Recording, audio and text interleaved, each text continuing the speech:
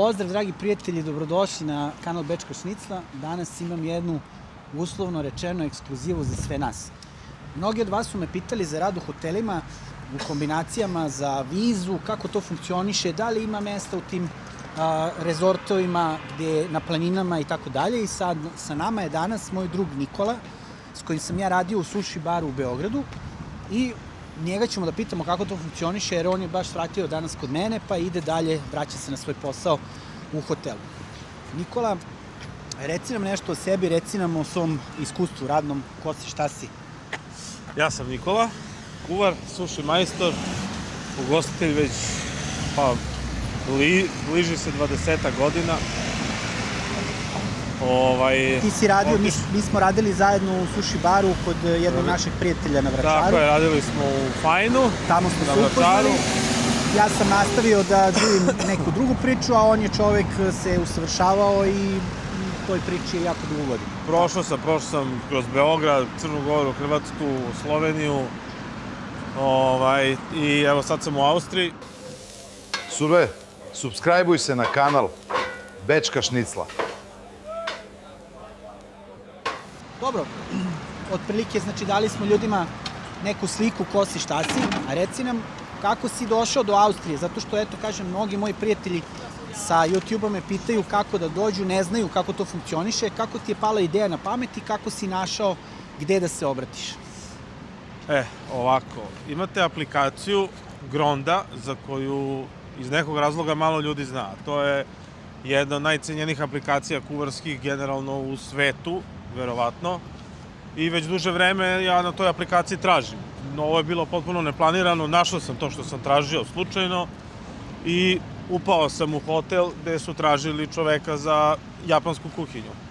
Sad što se tiče ostalih kuvarskih poslova, ima posla na toj aplikaciji, može da se nađe i to su uglavnom sve malo renomirani neki hoteli većeg standarda gde su i plate malo jače. Imate za Austriju, da ne pričam sad, ali pričamo o Austriji, ima da se nađe, ali što se te aplikacije tiče, isključivo je, da kažem, malo neki veći stepen ugostiteljstva na toj aplikaciji. I ti si tražio, znači ti si predstavio svoj CV i rekao si da nemaš vizu, da ideš potpuno, znači, sa srpskim pasošem. Bukvalno što se toga tiče, ja sam poslao CV, mene su ljudi kontaktirali sutradan ili možda i pre, kad sam vidio mail sutradan. Čuo sam se s čovekom taj dan, poslao sam mu svoje slike, pošto nemam slike na CV-u, poslao sam mu slike, čovjek je rekao to je to, šalje mi pasoš. Znači, ja sam mu poslao pasoš, on je meni u roku od nedelju dana odgovorio da smo dobili zeleno svetlo da radimo vizu. Ja sam od trenutka kad sam poslao CV, mesec dana nakon toga sam bio u hotelu radio sa gotovom vizom. Što znači da, eto, čuli ste, najbitnija stvar je da imate dobar CV, da znate da se predstavite, da znate šta tražite i šta vi hoćete i naći ćete eventualno posao koji ste tražili. To govorim zato što ljudi me pitaju, jel ima posla, jel znaš, znači ti treba da znaš šta bi ti hteo da bi ti onda to tražio i onda će to i da naići. Jel možeš da nam kažeš u kom hotelu radiš? Hotel je Berg Wiesenglück, blizu, da kažemo, Landeck je neki najbliži gradić, to je Tirolska regija, skroz zapadno tamo, na međi sam, bukvalno Nemačka, Italija, Švajcarska, Austrija. To. I koje su ti oni uslove ispunili u smislu radnih dozvola, u smislu viza, u smislu tvog smeštaja, kako to funkcioniše? Smeštaj, dobiješ smeštaj. Sad, sve su to stvari koje ti kao kuvar dogovaraš. Možeš da se ne pitaš mnogo, da vidiš, razumeš da ti daju smeštaj koji ti daju, ali obavezno. Ja sam imao jedno jako loše iskustvo u Sloveniji. Obavezno tražite slike smeštaja. Znači, bez toga nemojte da zato što se meni desilo da sam otišao u Sloveniju na reč preko čoveka, jednog nije bitno, dobio sam smeštaj u starom gradu koji je bio star koliko je taj grad, a to je Piran, mislim, to je katastrofa bilo. Da, to je jako tako bitna da stvar. slike smeštaja obavezno tražite. Mislim, ovo je Austrija, ne verujem da će se desi išta loše, ali da bi bili sigurni. To čovjek ne može nikada zna, zato što ja sam, ovo nema veze sa tim, ali ima, zato što kad sam tražio na Airbnb-u, recimo neke smeštaje za mene i za porodicu kad smo išli neka putovanja, onda pogledaš, imaju neke neodređene slike, ti odeš tamo, on ti da nešto potpuno drugo. Jer ima neke slike po defaultu. Znači, to je to. Moraš da znaš gde ideš i šta se dešava, jer pošto te on uslovljava sa vizom i pošto si ti, ja pretpostavljam svako od nas ko će se zaputiti na takav neki put, znači stavit ćeš neke pare sa strane, nešto ćeš da skupiš, ni kod nas nema taj moment lagodni da sad može kako hoće, nego pozajmit ćeš neke pare, doći ćeš i onda će biti sad moram, sad sam tu i šta sad da radim. I onda ćeš biti zatečen u nekom stanju gde ćeš morati trpiš neke stvari. Tako da u svakom slučaju čovek je maksimalno u pravu, pogledajte prvo, dobro se raspitajte šta je, kako je. Hvala Bogu imate internet danas, pa svako može da pogleda i da se raspita šta ljudi misle, neko je već tamo radio, u smislu ja lično smatram da ako vam neko daje previše dobre uslove, da to treba proveriti. Jer to obično nije realno. Evo da te prekinem. Ja recimo, koji sam radio, eto kažem, Hrvatska, Srbija i to, za mene su ovi uslovi koje sam ja ovde dobio bili, da kažem, nerealni, jer moram da kažem ja ljudima, jer ti si ovde već 5 godina, za tebe je sad ovo sve realno. Da. Ljudima u Srbiji, veruj mi da to deluje nerealno. Jer sam pričao s nekim mojim prijateljima, drugarima, tako je, kad sam im pričao, i oni su bili u fazonu kao, pa da nije to kao malo, znaš, neka priča. Ja sam lično rekao čoveku da neću da idem gore ukoliko ne mogu da povedem porodicu.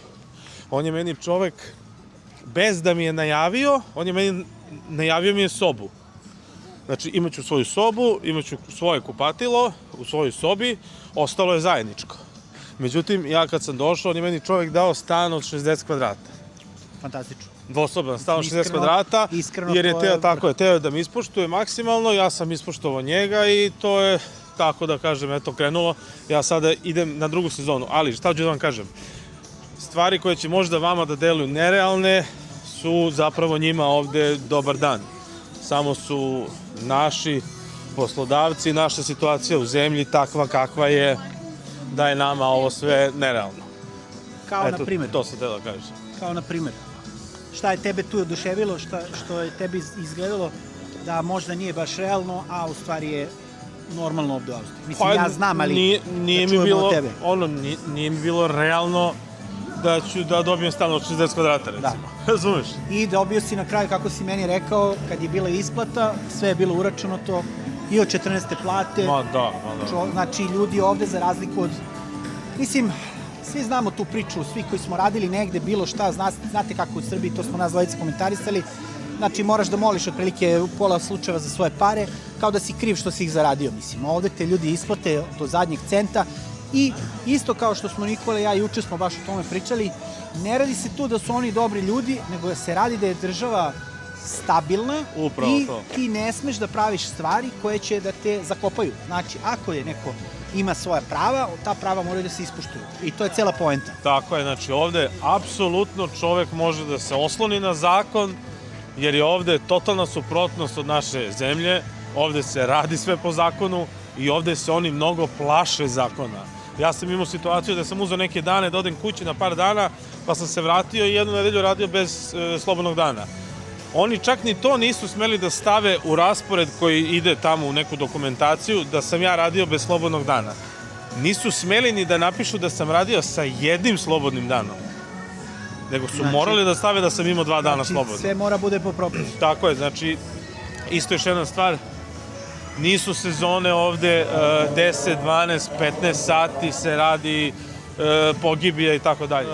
Da, znači govorio sam, dogovor je bio 9 sati radno vreme, na rasporedu je pisalo od 1 do 10:30. Ja kad sam pitao zašto 10:30, dogovor je bio 9 sati, pa kao ne, 9 je sati, ali kao pola sata mora da ima pauza u toku dana i zato je onda radno vreme duže za pola sata, što znači da u toku radnog vremena imate pola sata pauze. Naravno, kao i kod mene, Oni nisu za to, ali vi ako dođete i kažete, ljudi, idem na pauzu, samo će da kažu, naravno, Prijetno. slobodan si. Znači, ne prave problem i ako radite, ako date stvarno sve od sebe, ljudi će da vas ispoštuju maksimalno, zato što neće ni oni da jure, da traže neke ljude non stop, jer svakakvi ovde dolaze, iskreno. Znači, reci nam, znači ti si rekao, to je taj program, to je ta aplikacija preko koje si ti tražio posao. Da. Ti si taj posao našao. Kako je teklo situacija, kako je tekla oko dobijanja vize? Mislim da to ljudi isto jako zanima, zato što... Pa manje više tu vi nemate šta puno da utičete. Znači, oni rade jedan papir za prvu vizu. Oni su mi dali, na mail su mi poslali jedan papir, gde je bilo kao zeleno svetlo za vizu. Onda nakon par dana su mi poslali drugi papir gde su oni meni rekli kao da 100% dobijam vizu. Da je to kao sigurna Da je stvar. to sigurica. E sad, ne mora da znači da je sigurica ako ste vi imali neki problem vezano za Evropsku uniju i šta Da, da zavisi znam. to čoveka do čoveka. Da. U principu, znači, poslali su mi taj neki papir iz AMS-a da ja mogu da idem da vadim vizu, radnu dozvolu. AMS je Arbetekama, samo da napomenem, to je znači biro za zapošljavanje.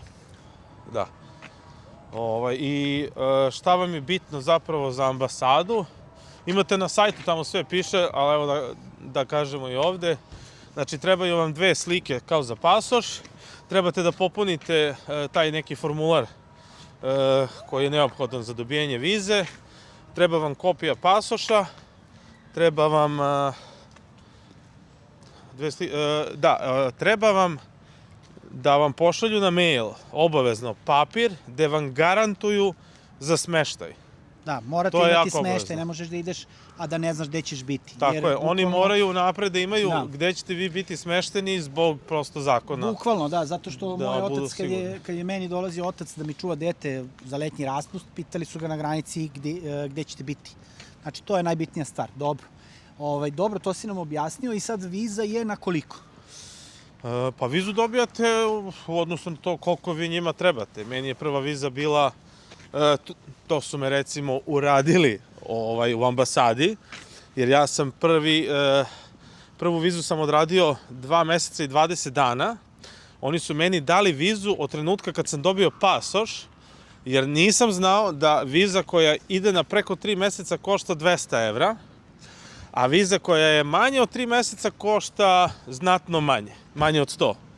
Tako da ti se više isplati da uzmeš, da produžavaš manju vizu nego da uzimaš odmah. Ne, šta ste ti kažem, ja sam sad dobio vizu na 4,5 meseca zato što idem na 4,5 meseca. A ovu prvu koju sam dobio dali su mi duže vizu koju sam platio 200 evra bespotrebno jer nisam mogao da odem ranije gore. Da. To.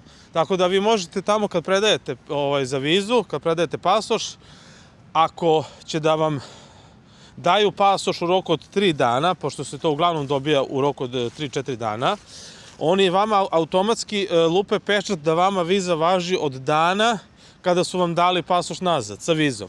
A vi ako idete recimo za 15 dana, 20 dana i da tih 15-20 dana će da vam smanji boravak tamo za manje od 3 meseca, obavezno nagovestite da vam stave takav datum, da ne biste bez veze plaćali 100-150 evra više. Okej, Nikola, ja imam još jedno pitanje, nešto što sam hteo da razrešimo. Koji se profili ljudi traže, ne profili ljudi, koji se profili zanimanja traže u hotelima? Šta si ti primetio da se najviše traže? Znači, da li se traže samo kuvari ili možda još neka zaposlenja? Pa ne, kao što sam rekao, već ta aplikacija na nekom malo višem nivou i bukvalno sve što se tiče ugostiteljstva vezano za kuhinju Ćete tamo naći. Ima naravno ponuda i vezano za konobare, čini mi se, slagaću vas, ali u principu što se tiče ugostiteljstva traže se menadžeri, traže se kuvari, šef kuhinje, executive šef, sous šef, šef de komi, šef de kuzin, šef de partij, znači svakaki sve što je vezano za kuhinju. Da, sve što je vezano za kuhinju i traže se i voditelji lokala, menadžeri i tako dalje. Već neke niže varijante za sobarice nisam siguran. Za sobarice nisam siguran jer je to ipak kuvarska aplikacija. Aha, dobro, aplikacija je kuvarska, znači nije hotelska, nego je baš kuvarska, pa između ostalog ima i hoteli, imate kako si ti to tamo, našao. mislim, stvarno je super aplikacija, košta tipa 50-60 evra godišnje da vam se otključa kompletna aplikacija, gde imate koga zanima... To uopšte nije neka velika lova kad ti pogledaš... Lova je smešna, šta vam nudi aplikacija. Da. Znači, imate master klasove za sve žive varijante. Po meni nisu svi na nivou, mislim, ajde sad ja kao kuvar, malo... Da, imaš malo ego tu radi. Pa, ego. Prosto ima stvarno stvari koje su neverovatne, ali po meni ima nekih stvari, pogotovo kod tih master klasova koje gledaš, po meni, iz moje neke perspektive, i nisu baš sad toliko visoko ili prosto smo možda mi posle 20 godina ipak došli na neki nivo, jel? Pa dobro, da, ali eto, u principu, znači, ako ste kuvar, ako ste iz te branše, ako želite budete iz te branše, ovo je pravo rešenje za vas. I reci nam još jednu stvar, koliko je bitno znanje nemačkog jezika kada se prijavljuješ za takav posao? Apsolutno nije uopšte bitan što se tiče zakona. Sad, što se tiče njih privatno... Što se tiče posla, da. Što se tiče posla, meni konkretno nije zato što ljudi pričaju engleski vama. Znači, u suštini, bilo bi poželjno da pričate makar engleski. Ne poželjno, nego to je već podobavezno. To, zato... Poželjno je znati nemački, a obavezno je znati engleski. Odlično si to formulisao, tačno. Znači, poželjno je znati nemački, super ako ga znate, ali ako ga ne znate, engleski vam je obavezan. Ali mislim da većina ljudi priča engleski, da se to nekako uzima i zdravo za gotovo.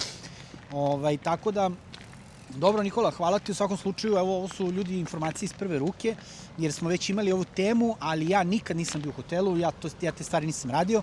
Došao mi je drugar i ja sam pomislio da bi bila vrlo dobra ideja da sa njim popričamo, da vidimo o čemu se tu radi. Ako imate neko pitanje još, ako vas nešto specifično interesuje, pišite mi pa ćemo sa Nikolom zajedno da odgovorimo na sva pitanja koja vas interesuju i sve što želite da znate. Toliko od nas dvojice, jel si htio još nešto da kažeš? Ništa, to je to. Onda toliko od nas dvojice. Možete da me zapratite. Da, zapratite, follow, share, like, subscribe, kako to već funkcioniše. Hvala svima što me pratite, hvala na komentarima, kanal raste. Ja učim još na svojim greškama, tako da drugovi praštajte i vidimo se u sledećem videu. Ćao ljudi. Ću da maknem sa